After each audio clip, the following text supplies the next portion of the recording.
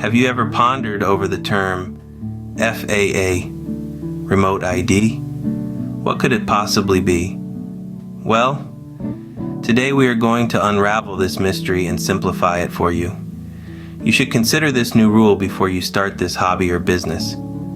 Disclaimer, I am not a lawyer, but this is my highly educated opinion. The Federal Aviation Administration, or the F.A.A, is the body that governs all aspects of civil aviation in the United States, and remote ID, in its simplest form, is a digital license plate for drones.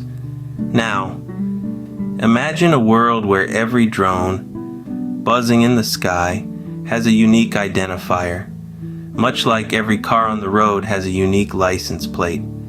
That's the essence of F.A.A, remote ID. This innovative system allows for the identification of drones in flight, as well as the location of their control stations. It provides crucial information that can help national security agencies, law enforcement, and even the general public. In essence, it's about fostering accountability, enhancing safety, and promoting transparency in the burgeoning world of drones. Drones which are required to be registered or have been registered, including those flown for recreation, business, or public safety, must comply with the rule on remote ID. 3 ways drone pilots can meet the remote ID rules. Remote ID capability is built into the drone, or remote ID capability through a module attached to a drone. Drones without remote ID can operate without broadcasting only within visual line of sight and within the F.A.A, Recognized Identification Area, F.A.A. Recreational drone pilots may register once and apply their registration number to all the devices listed within their inventory. Now, let's summarize the key points we've discussed about F.A.A remote ID. Firstly, it's a system introduced by the Federal Aviation Administration to assign a unique identifier to each drone in flight, much like a digital license plate.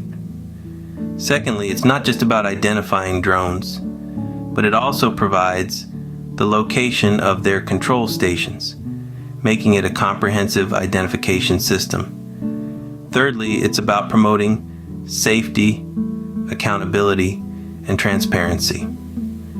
With the growing popularity of drones, it's necessary to have a system that ensures they are used responsibly, and remote ID does just that. Fourthly, the remote ID rules and regulations are still in the infancy stages.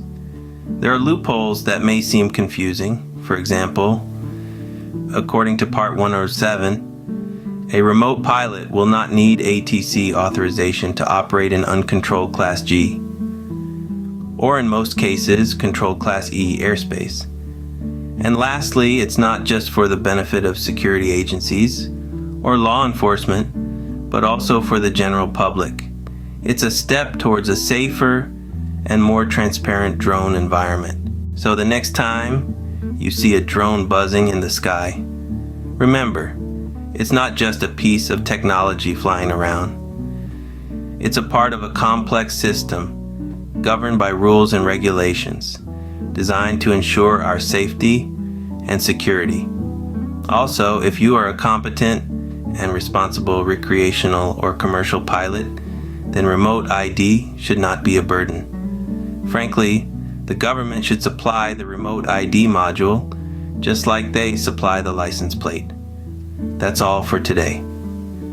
Remember, knowledge is power, and understanding the world of drones is a step towards being a responsible citizen in this high-tech world. Until next time.